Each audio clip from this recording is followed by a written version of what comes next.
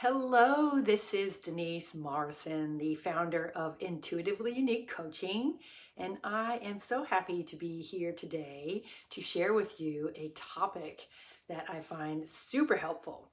I specialize in one-on-one coaching experiences, and I help busy professional women overcome self-sabotaging mindsets and habits so that you can find your voice, your passion, your energy, your confidence, and your self-worth, and more. And part of what I do is what I'm going to share with you today, because this topic has been coming up quite a bit for my clients, for some of my friends, and I can see it out there on the posts and in the world. So ladies, listen in if you are interested in finding out if your self-talk is hurting you or helping you.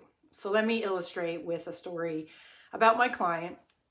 So we've been working together for a while and we've addressed her nutrition. We've addressed her nutrition and we've talked about her sleep and her fitness. And we talked about her bed. And what I've been finding and she's been finding is that she feels really anxious and depressed. And she was noticing that her body was aching and feeling pretty bad too. And the more that we talked, the more I could hear how mean she was to herself. I mean, really mean. And I mean, yes, many of us are guilty of it right here. So as I listened to her speak, I said, "Dear name," and I said, "Do you realize what you're saying to yourself?" And she said, "What do you mean?" And I wasn't talking about saying to-do lists. I've got to do the laundry. I've got to do the paperwork, blah, blah, blah. It was, what are you really saying to yourself quietly inside your own head? And she stopped for a second and thought, I don't know. Am I saying stuff to myself in my head? And I said, well, let's dive in a little deeper and find out. And the more that we talked and we dug around in what's going on within her experience, she was actually saying things like, I'm not good enough. I'm just an idiot. Well, you're stupid. Why does this always happen to me? How could you be so dumb? I hate it when that happens. And I just was like, oh my gosh. And I was running all this down and listening to her. And I said, listen, can I please repeat back to you what you just said about yourself? And she's like, I don't know if I want to hear that, which is actually a normal response. I mean, I know I did this work myself with my coach, but as I read back to her all the things that she said, she was horrified. And I said, would you speak to a child, your best friend, even your pet like that?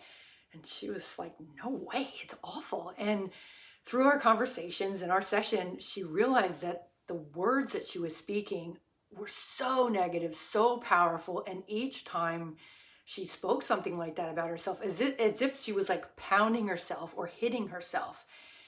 And, through much investigation and diving a little bit back into her past, she realized that that's kind of what she was taught to do, to be hard on herself, to push herself, to do better. And she heard that language growing up, so that it was absolutely normal for her.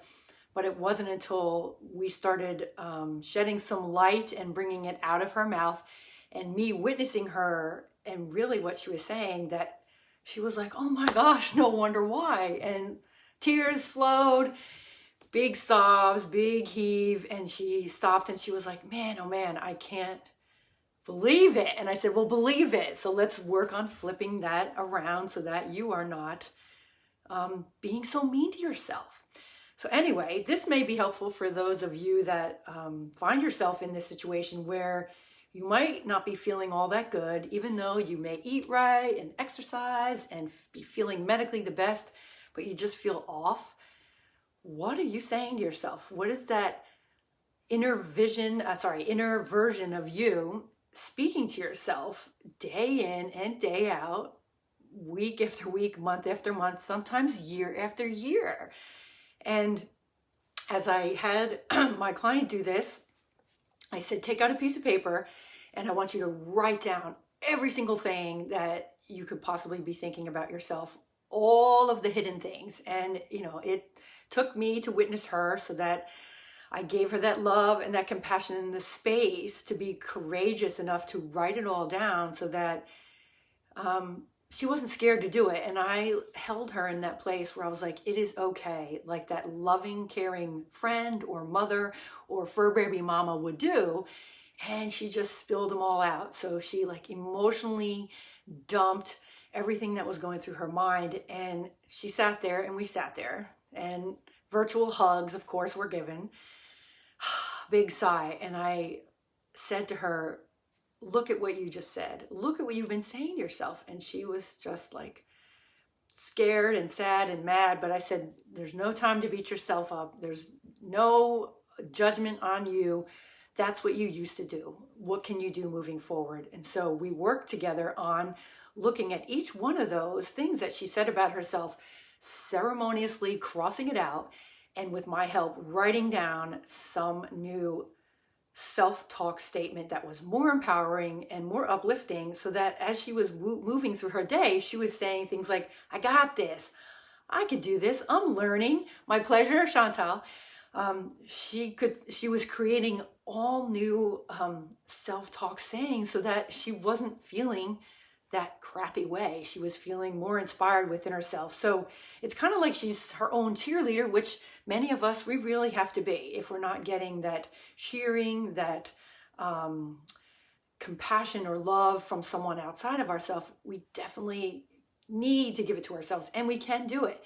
So if you would like to do that, I would suggest that you get a pen and a paper, and it totally helps to write it out. It's an entirely different thing to get out and type it with your thumbs on the computer or the phone. It's way more helpful to tap into that inner essence of your self-talk if you just write it all down, and write feverishly until it all comes out, and then step away from it for a couple hours, possibly a day or so, and then come back and look at it and just be like, what was I saying to myself? And as you read each thing, really take notice of how it makes you feel. And you might think, wow, where did these thoughts come from? Where did these judgments come from? Whew, oh my goodness. So then after you rewrite it in a better way, I'd like you to, or if you're doing this like my client's doing, is writing it in a new journal in a fresh place. So she looks at the more empowering statements for herself, and she goes and throws away the other ones. We ceremoniously rip them up, burn them up, and throw them away.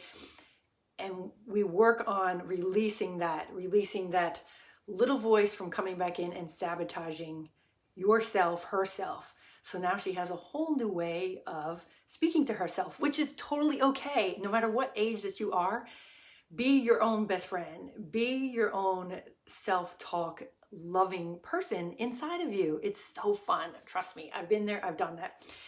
And if you'd like to try this with a friend, someone that you love and you trust, where you can give each other the space and the compassion to just allow that person to write out all of her things that's coming through her head, and you write all the things that's coming from your head.